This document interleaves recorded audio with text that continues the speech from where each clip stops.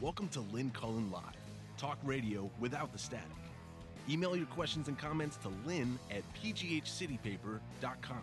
And now your host, Lynn Cullen. Hello. I thought that's what it was going to sound like. Oh, how you doing? Me too. I think the fix is in. I just think the fix is in.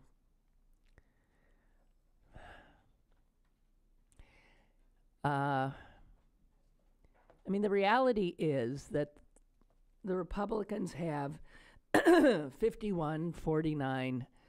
That's all they have as a majority in the Senate.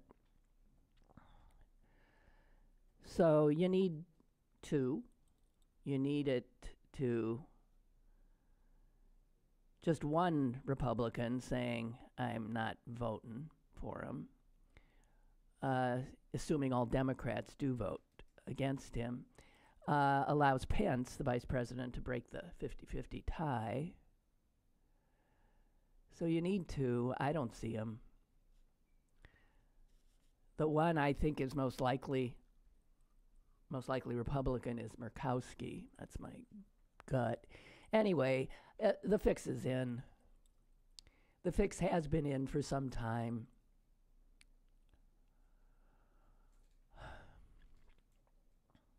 That's what I think. We'll all know soon enough. The fact that the FBI has completed its supposed new enhanced background check when they, didn't even talk to the accuser. When there is only one copy of their 100-some page report available to the Senate, who will vote tomorrow. And that report can only be seen in a secured room. So each senator pretty much has to go in and read it by him or herself, I guess, sit there for 100 pages. There's not enough time for all of them to do that, obviously, and I'm sure some of them won't.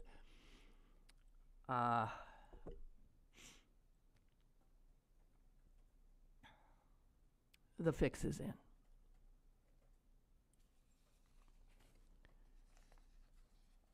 And nothing has changed since, nothing really has changed in terms of power since Anita Hill, a woman making an accusation, a credible accusation, even according to most of the Republicans, who are now going to disregard her credible accusation and put this guy for the rest of his life on the Supreme Court. Wow.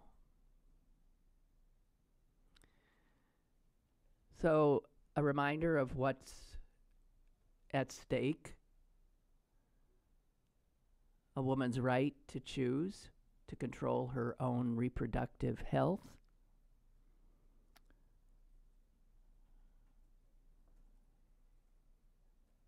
I think workers' rights, unions, going to be finished off now. Dark money in our politics finished off. The kleptocracy, the plutocracy, the rule of corporations being the people that matter. That's going to be doubled down on. And this man ascending to the court will alter life in this country for decades to come. And this is happening at a time when, let's be honest, America is really faltering in so many ways. This is just another symptom of our decline. There is no doubt about it. Our democracy ain't working. Our stature in the world is plummeting.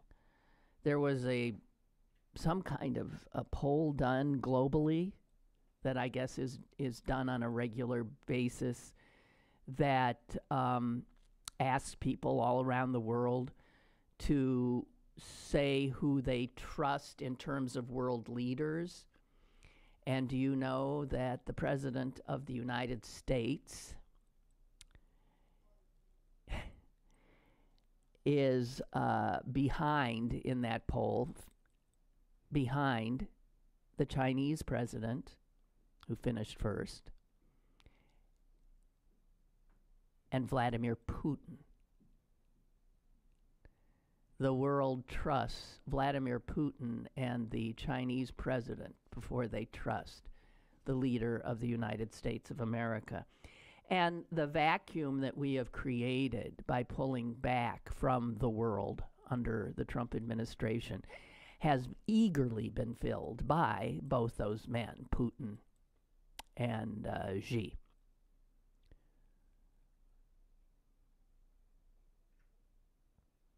So this sense of us that we have always had, of being the country, is close to ending if it hasn't already done so. And as I think anyone with any sense has always known, this country's largest enemy was never outside of the country. It was never Russia. It still is not China. It is we, the people. If you're old enough to remember an old cartoon, Pogo, the famous phrase that Pogo uttered is, we have, I think, I'm going to say famous phrase and then I'm going to get it wrong, we have met the enemy and he is us. So I'm feeling very down today. I heard that there is some kind of a rally in Pittsburgh, like around 4 or 5 o'clock at Schenley Plaza. If anyone has any information on that I've seen nothing, so whoever's doing the PR for that ain't doing much of a job. But if I can pass that on. I know there are busloads of people heading toward D.C. right now for one final exhibition of outrage. And as I said, I don't think any of it will matter. The fix is in. People like Jeff Flake, Susan Collins, anyone assuming that they're going to somehow come to the rescue here hasn't been paying attention. Now, it's not beyond the realm of possibility, but I think probability is that they will do what they have always done, which is make a lot of noise when asked, and then when it comes time to vote, they fall in line.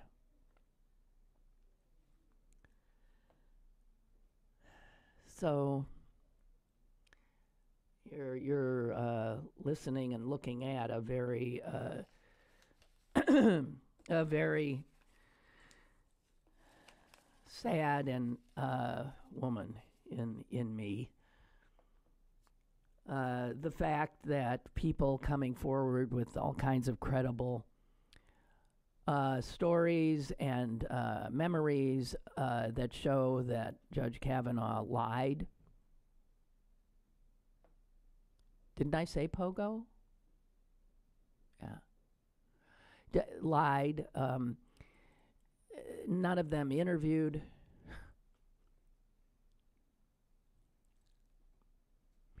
And I think a lot of people who probably do know stuff are too afraid, too gutless to come forward.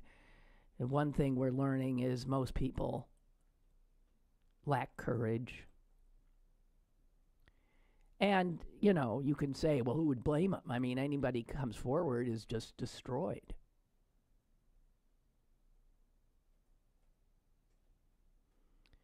And certainly if you're a woman, you are not to be believed. That we now know. Or even if you are believed, it doesn't matter. Which is even worse. Oh, that's terrible what happened to you, but, we got a court to pack here. My rage is so hot right now that's why I'm seemingly affectless. I'm not screaming.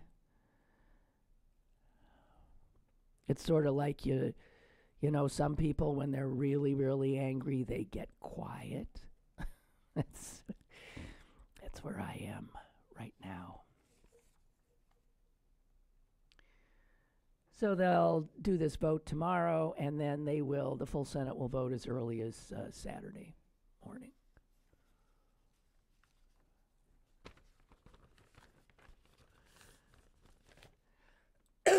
Excuse me. Maybe there'll be some hero or two. We need a hero or two. But I'm not holding my breath. That's how I feel. And I know I have a caller waiting. Hang on. I just have one more thing to say. You will recall that when Christine Blasey Ford gave her testimony, she was asked by one of the senators, what was the one thing that is most indelible in her memory of that assault? And do you recall what she said? She said the laughter. The laughter. That's what she can't get out of her head, that these two were laughing as they terrorized her. And who could not think of that again, seeing the president making fun of her before that hooting mob of loathsome people, and they were all laughing at her. All these years later, laughing again. That's what she got to hear. And I'm sorry.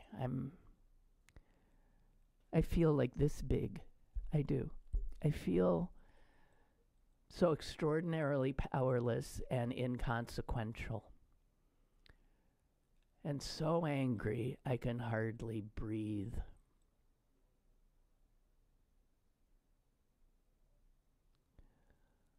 Okay, caller, go ahead. Spell me for a bit.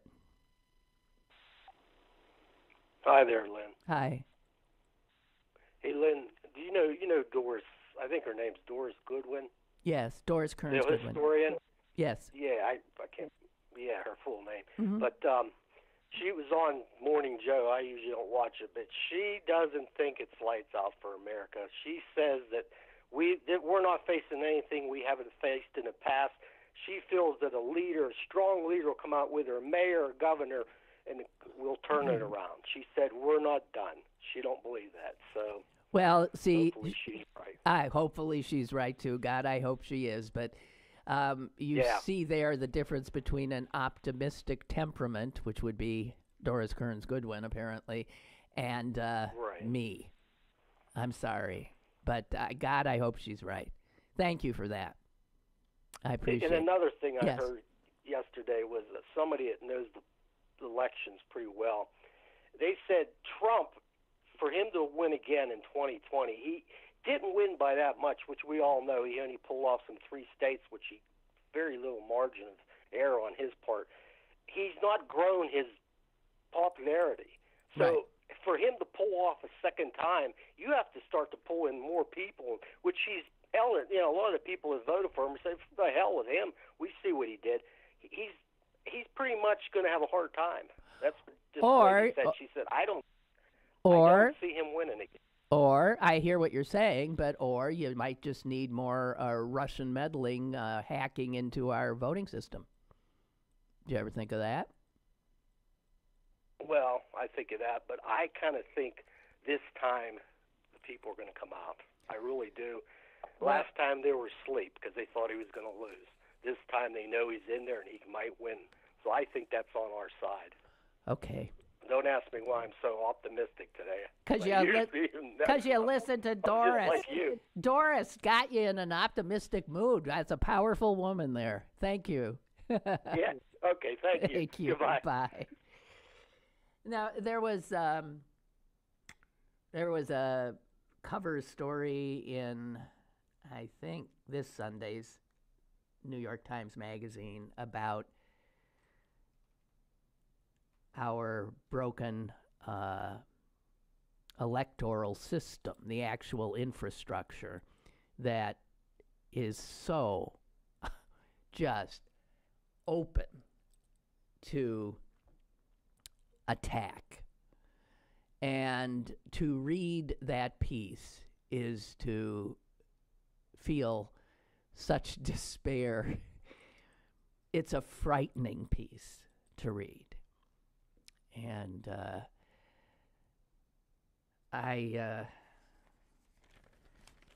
there's so much to be afraid of right now. I don't know if you want to, but that's why I say the fix could be in. And the fix only has to be as big as a few jurisdictions in a few key states, right? Because of the Electoral College. And who knows how secure our votes are, given the fact that anyone who knows anything about our systems here in the United States unanimously says they are not secure.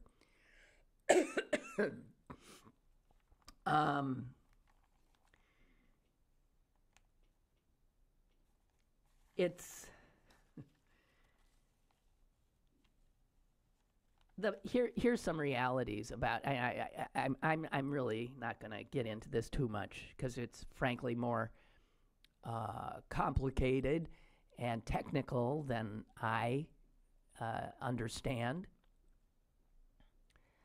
But here's something I understand. We know that there were efforts, and there have been continuing efforts to hack into our electoral infrastructure. Those infrastructures are put in place by state governments. There is no federal. There is no one federal infrastructure when Americans vote. There are 50 states who then allow a number of other county jurisdictions to take over. So if you're concerned about the security of our voting structure, there is no easy fix because there's not one jurisdiction. There are over 10,000 election jurisdictions in the United States. A few might be secure. Most are not. Some have allowed the companies whose computers or systems, voting systems they use, to essentially run things. not even every state has like one point person. You might think that each state would have an officer of some sort who would be in charge of elections and oversight of security. But that is not the case. The Federal Elections Commission sounds like that might have something to do with it. They have nothing to do with it. Their whole focus is on money coming in, campaign finance, not on the security of the machines we vote on. It turns out there is a little something that is nobody even knows exists, which is called the U.S. Election Assistance Commission.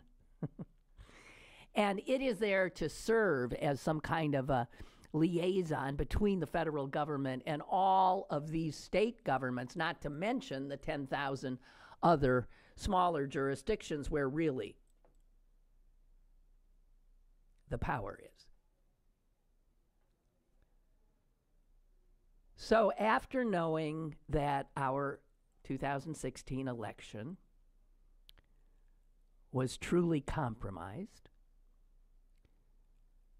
and we're not even clear how many people tried to compromise it. Yeah, the Russians, we know that. But there can be all kinds of independent actors, excuse me, damn it, state actors, don't know.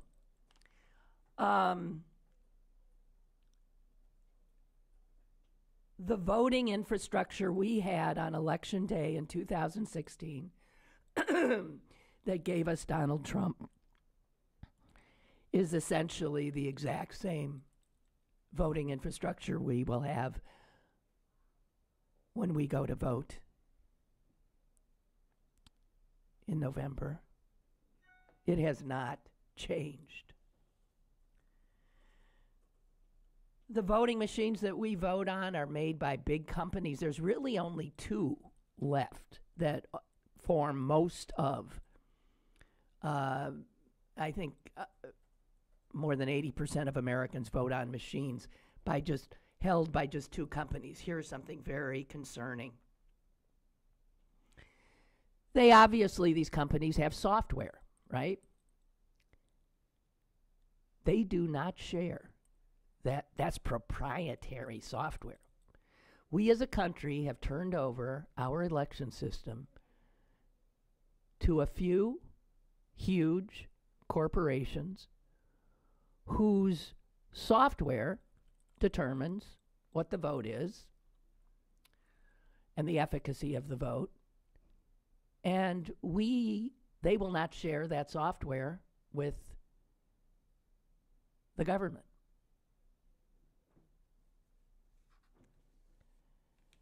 When something goes wrong, they go to court and cry and say, we can't give out this. This is our bread and butter. We can't tell people how we do what we do. So stop and think about it. We are a country in which the public, the voter, does not have the right to know whether the software, the algorithms being used are hackable or not. And the fact is, we do know they are hackable. And these companies are very defensive about that. So if we cannot trust the machinery on which we vote, then we cannot trust our democracy anymore. And that's a huge, huge problem. By the way, I said there were essentially just two companies now. And they are not only fiercely secretive when it comes to how their machinery works, But they also, both these companies, have overwhelming ties to the Republican Party. Did you know that? The voting machine industry is known for its close political ties overwhelmingly to the Republican Party, and also a revolving door in which people come out of these companies and go into election offices or out of election offices and into these companies. This is the kind of, knowledge that is so unsettling.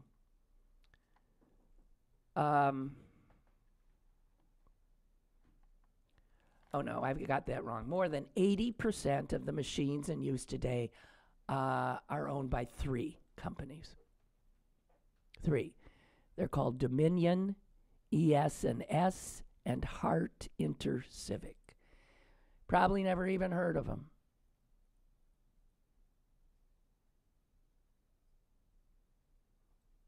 And they control our votes. And the products that they put out there to election offices have documented vulnerabilities to hacking. They can be hacked. Excuse me. Here's just one little thing I highlighted and then I'll shut up about this because here is from the New York Times piece. Attackers could design a code that would bypass any pre-election testing that is done. But then that code would kick in at the end of an election or under specific conditions, say when a candidate appears to be losing. And there could be a hack that when the numbers start looking not good, they could doctor numbers and then erase itself. The code would erase itself to avoid detection. They know, I'm so sorry about this, they know this is possible. And so it is possible for somebody, a hacker, to make a machine or machines in a specific jurisdiction produce election results with wide enough margins to avoid triggering automatic manual recounts. Most states, most jurisdictions say if a race is, razor thin tight, that they go in and they actually sort of audit every vote.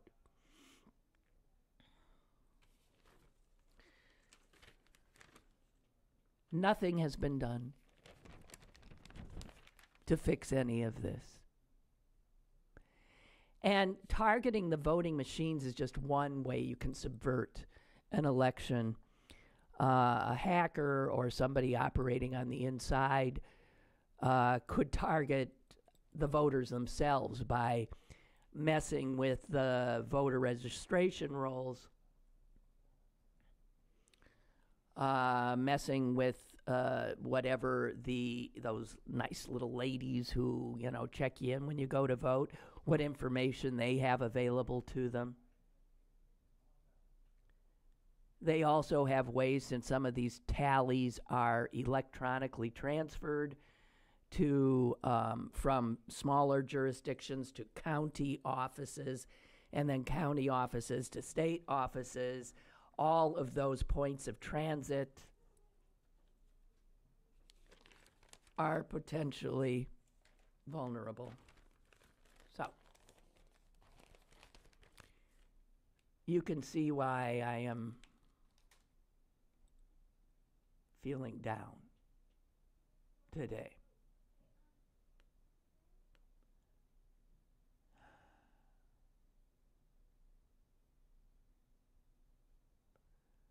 Ellen says, I had an up and down day yesterday. I spent the better part of yesterday morning and early afternoon canvassing for Connor Lamb. Then in the late afternoon, heard a report that the Democratic wave has virtually disappeared, with improvements in Republican election interest as a result of the Kavanaugh hearings.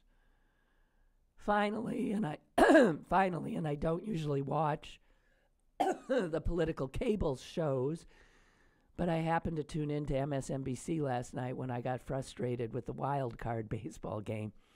And Jennifer Rubin spoke of the possibility that if the Democrats take the House, there would be a thorough investigation and possible impeachment proceedings against Kavanaugh. A ray of hope, maybe. Well, Ellen, yeah, you can impeach him, but it's the Senate that convicts. And this diminishing blue wave that's being reported is showing an increasing red wave at the Senate level. The Senate is stacked because each state has 2 senators, no matter what the population. And most Americans live in blue states. So all those red states with not a lot of people get 2 senators, the same as New York, the same as California. And so the majority of the Senate, the Republicans, actually represent only 18% of the population. That's how effed up our government is. The Constitution, as constructed, doesn't really work. If you want a democracy, if you want a representative democracy, it doesn't work anymore. So the Senate, the higher house, for Democrats to take that will be a hell of a lift. And I actually think that the Republicans could come away from the election in a month with even a bigger majority. Heidi Heitkamp in North Dakota looks like she's going to go down. She could also be voting for Kavanaugh, trying to save herself, which would be unfortunate when she should think about saving the country.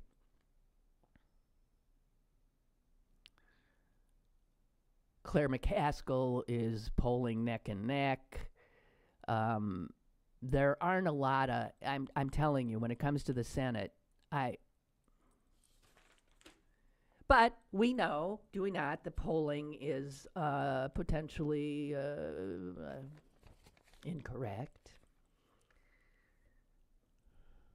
You know, speaking of Heidi Heitkamp, you know, trying to save her own skin, so maybe she'd vote for Kavanaugh. It is amazing to me how open these politicians are about why they vote as they do. When Jeff Flake was asked in a 60 Minutes interview this Sunday,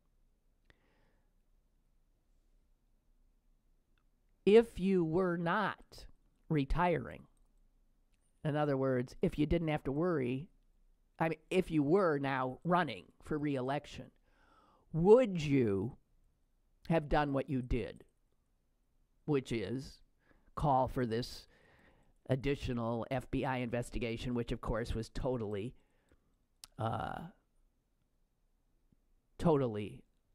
undercut by the White House, not allowing the FBI to ask questions about all the times he perjured himself about his drinking, I'm not telling you anything you don't know.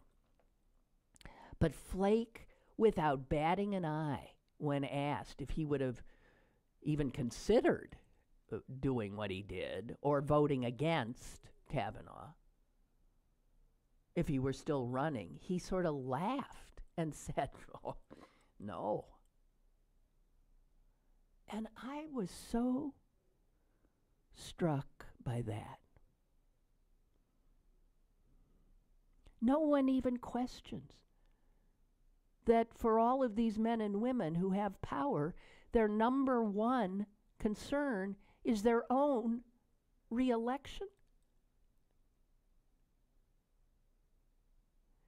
If that is who represents us, then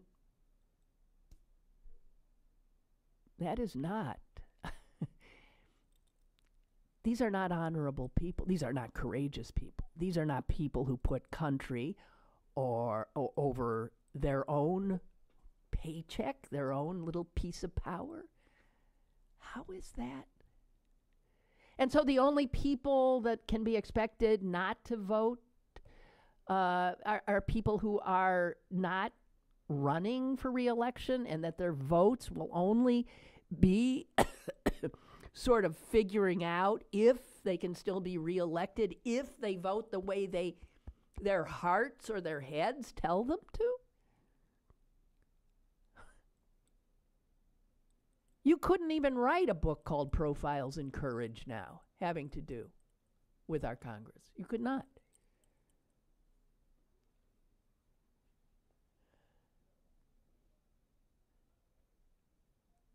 There are no honorable people there, it seems to me.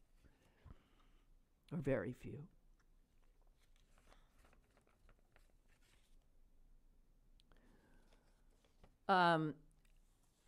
Before I totally get off the subject, I just want to give you a little more information about why I am so down today. So, we're talking about this blue wave, and we're talking about how everyone has to vote, right? And that's what we've been working toward. We want everybody to vote. Do you know what percentage of eligible voters voted in the last midterm election 2 years ago? Nationally.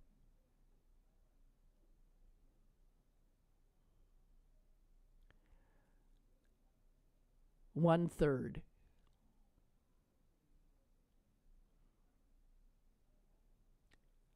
A little smidge over one-third, about 34% of American voters bothered to vote in the midterms 2 years ago. And this blue wave that's supposed to see all us Democrats go running to the polls and independents running to the polls.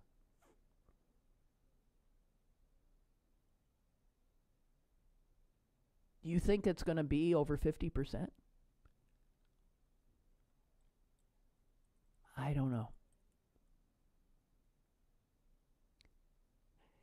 So I look at our country now, and, I remember what I learned in civics and history class, and this thing I keep saying that I don't even know which founding father said it, that if this is going to work, then you need an informed and active citizenry, because to give power to the citizens through a vote, then they have to take that power.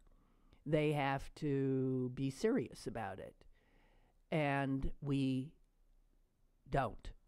I have voted in every election I have been eligible to vote in. I'm sure many of you have too. We are in an extreme minority.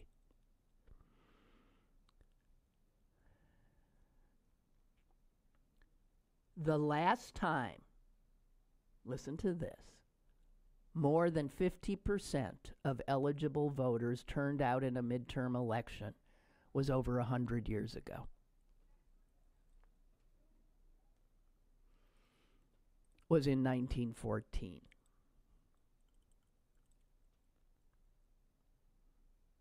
So we think everyone is so inflamed now that, my God, I'm going to have to stand in line for this one.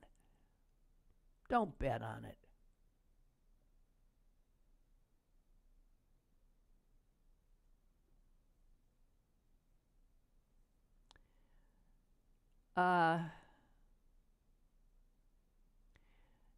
Those people who do turn out now, increasingly, the gap of who votes and who doesn't is socioeconomic. So that educated and or wealthier people tend to vote in higher numbers. And you know, the part of me understands that. Because if you're a down and out person, if you see politicians yapping about how they're going to help you and make things better and nothing ever gets better, or seemingly it doesn't, you can see how over time you just say, hell with it. And voting is like a lot of things. It's something you learn from your parents. So, I mean, I really was schooled in that was my responsibility. And I learned that in school, too. And I took it to heart. But clearly, a whole hell of a lot of people never got the message. And in fact, most people never did. And then there's this. You know, these things where they quiz Americans about basic kinds of things and how few of us know anything about our history, about how our government works. And then so there shouldn't be any surprise that those people don't vote. A recent survey found that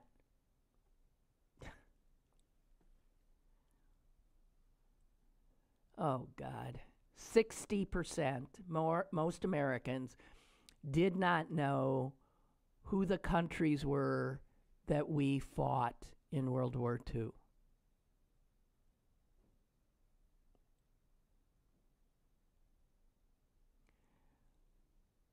Fewer than a quarter of Americans could name one thing that Benjamin Franklin was famous for. Although over a third of them thought he invented the electric light bulb.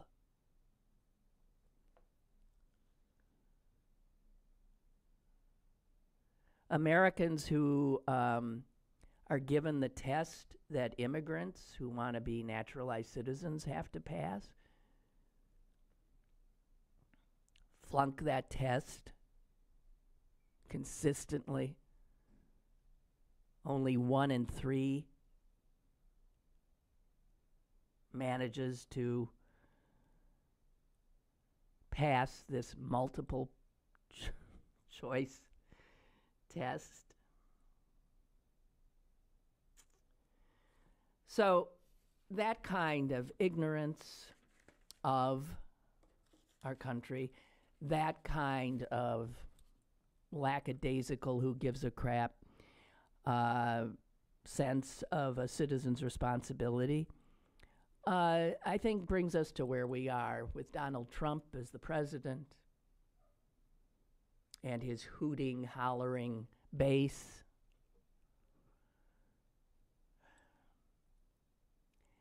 And unlike Doris Kearns Goodwin, I cannot figure how we are supposed to feel that somehow we are up to righting the ship. Just because we always sort of have. Well, things are different now. Things are different. And I don't think we got it in us. Not enough of us. That's all I'm saying. That's my assessment. Granted, I tend to be a pretty tough judge. But, yeah.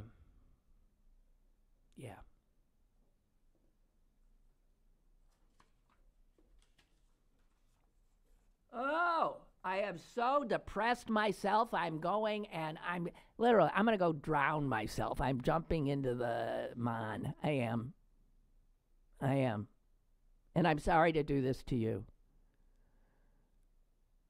And if for some reason something positive happens, I will be the happiest of people, and I will, happily eat my hat.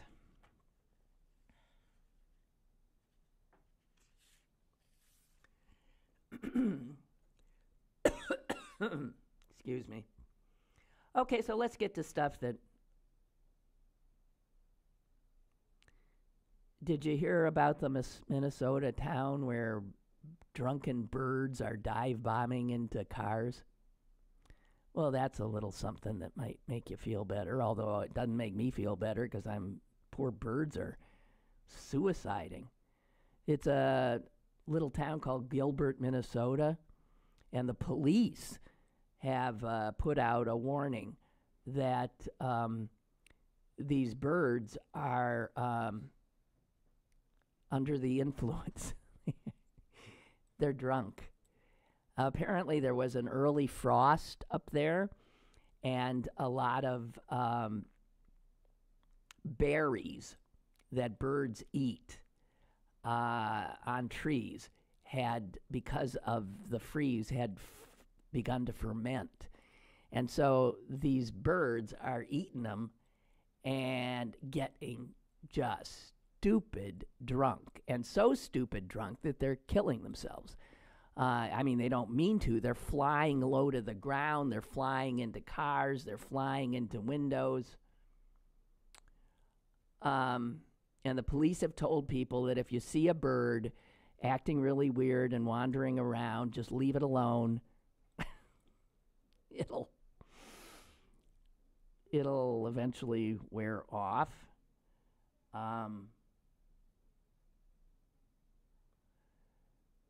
Some woman told the police that she'd, this is so sad because I love birds. She said, I hit 7 birds with my car this week. She said, I didn't really hit them. They just dive bombed into me. She said, I thought I was losing my mind. I was wondering what was going on. And somebody else, of course, posted, well, there goes the chance of any bird from northern Minnesota ever being on the Supreme Court. Well, not, actually. Not. So this happens every once in a while where birds, and they usually, and unfortunately, they die. But they go out happy. Little Tony has just said, you're Debbie Downer. I know I am.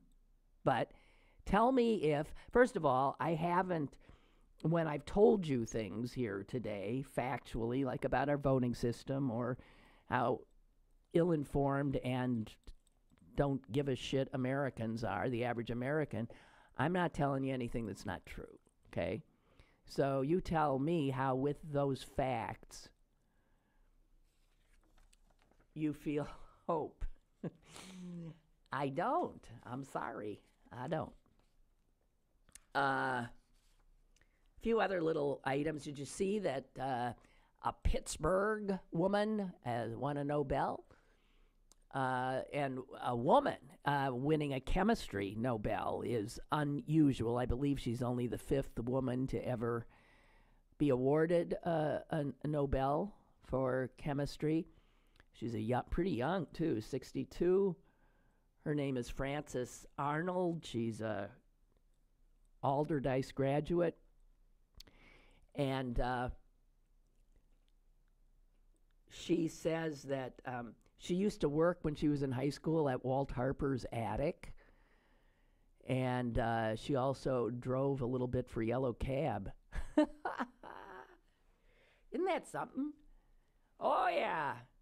I don't bet there's a lot of Nobel laureates who drove for Yellow Cab.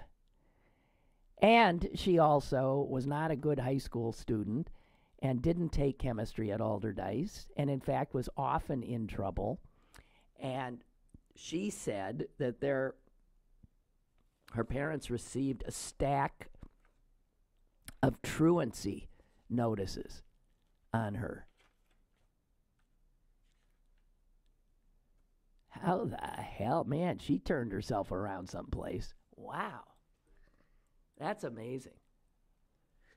So, that's some good news. And here's some, also, I enjoyed this story as well.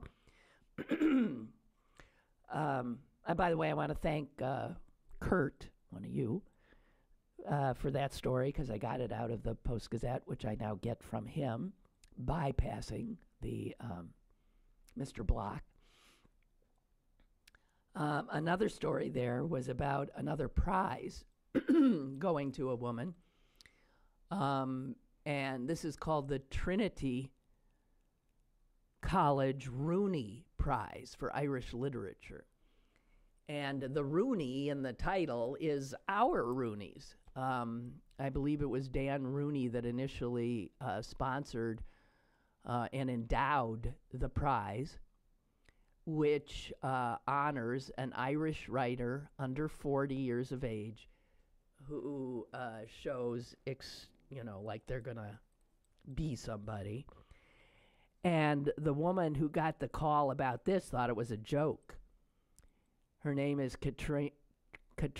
Catriona Lally, and she got a phone call saying, "You've won the Trinity Prize."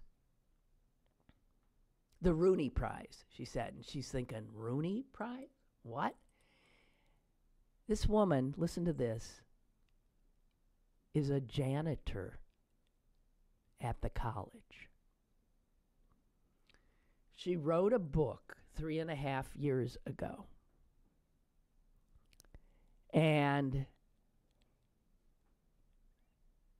it was considered by those who hand out the prize a brilliant book. Former recipients of this prize have gone on to be extremely well-known, distinguished writers. This woman gets up at 5 in the morning and goes and cleans some of the buildings at this college, then goes home to tend to her daughter, little girl she has. And I guess somewhere in between working as a janitor and taking care of a child, she writes astonishing literature. So that's an amazing story to me. We have a call. Hello, caller. Hey, Lynn. Hi. Hi. I know you sound really depressed. I'm there like many others. But when I first turned you on, I heard real anger. It's partly like the frustration and the anger lead to this depression, right? Yeah, I guess. And yeah. I listened to a great podcast the other day, and now I've seen this woman. Have you seen? There's a woman out. She's on all day programs right now. She wrote a book called Women, Rage, and Power or something. Rebecca Traister, I think her name is. No, I don't know. And she's I think you need to listen to the podcast at least, if not read the book. Because a lot of women's anger leads to repressed anger can be used to initiate change, and I think that's what we're sort of seeing. So, right. Yeah, I agree. What stems from a lot of the depression is anger. I know for me. Well, and I just heard it in your voice too, and it's almost like, what this woman was saying just rang so true. It's it's this incredible anger at the injustice and the debauchery, the idiocracy, just everything that's going on. And reasonable people, it can make you angry. Yeah. And women aren't allowed to express this. Well, I have never. I have always disregarded that rule, which is probably why I'm a single woman. I have been an angry woman all my life. And with reason. Yeah. Hey, I'm going to send you a link to this, okay? Okay, I thank you for that. Okay. Hey, and I saw her on an interview. She was actually interviewed by that Christiane Amanpour. Uh-huh. Have you seen that program on PBS? She took Charlie Rose's show. Yeah, no, I haven't, but it's excellent. Thank you. She was first doing it by herself. Now this show has changed a couple of weeks ago, and now it's called Amanpour and Company, and they have a lot of people doing little small reportage. It's excellent, in depth and excellent. And when is it on? Incredible people on. When is it on? It's PBS.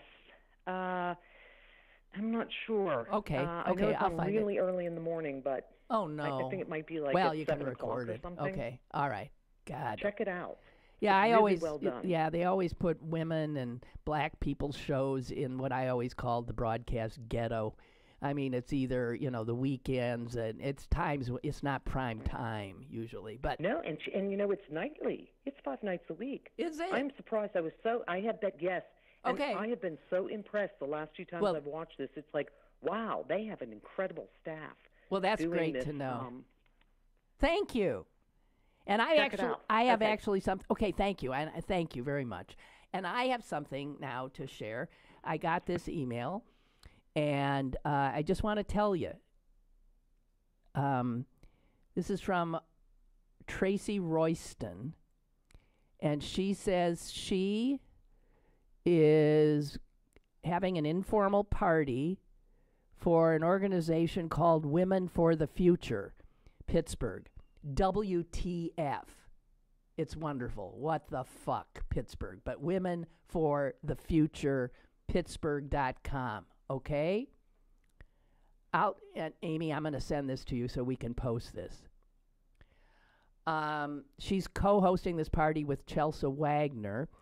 This WTF Pittsburgh was founded last year to provide financial support and guidance for progressive female candidates who are committed to disrupt the crippling political inertia in Western Pennsylvania. Okay? She goes on to say, I do not need to tell this group that we need to band together now more than ever. And here's a way to channel our anger. I'm telling you this because I'm hoping you're going to show up at this. You're being invited. She says Pennsylvania ranks 49th out of the 50 states for gender parity in elections. Of the 28 legislators representing Allegheny County in the Pennsylvania General Assembly, only one is a woman.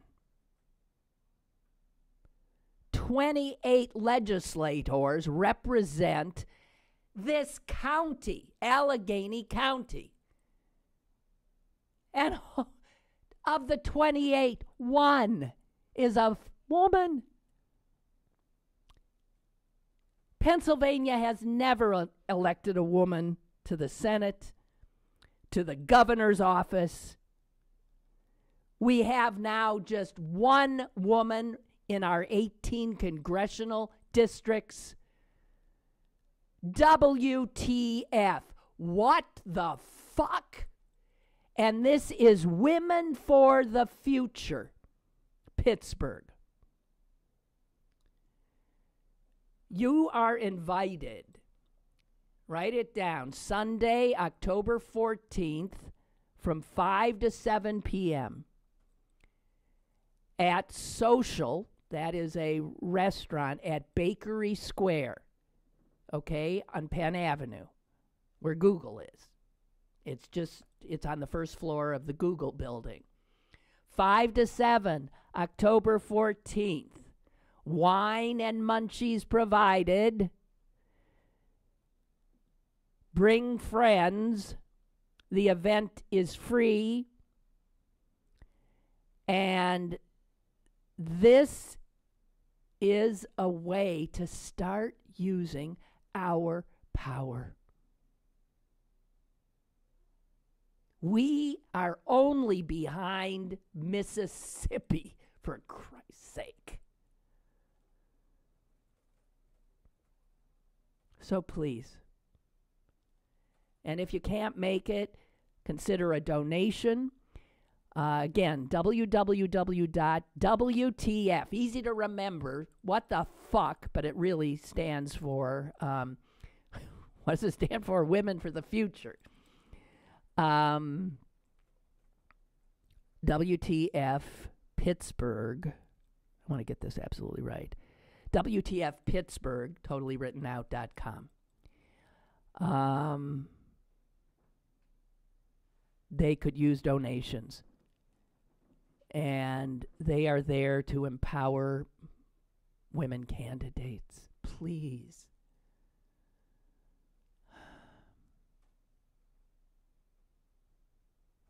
If I had the stomach for it, I'd do it, but I'm too old. Some of you young women, go for it. Please. Okay. The book is by Rebecca Traister, called Good and Mad: The Revolutionary Power of Women's Anger. Thank you for all of that. Milton sent me that, and I thank you to the caller for cluing me in. And all right, guys. Well, I'm glad we ended on a more, let's channel the anger. Okay. Thank you so much. See you tomorrow. Bye. Lynn Cullen Live, Monday through Friday from 10 a.m. to 11 a.m. and archived at pghcitypaper.com. The opinions expressed on Lynn Cullen Live are those of the host and do not necessarily reflect the viewpoints of Pittsburgh City Paper or its advertisers.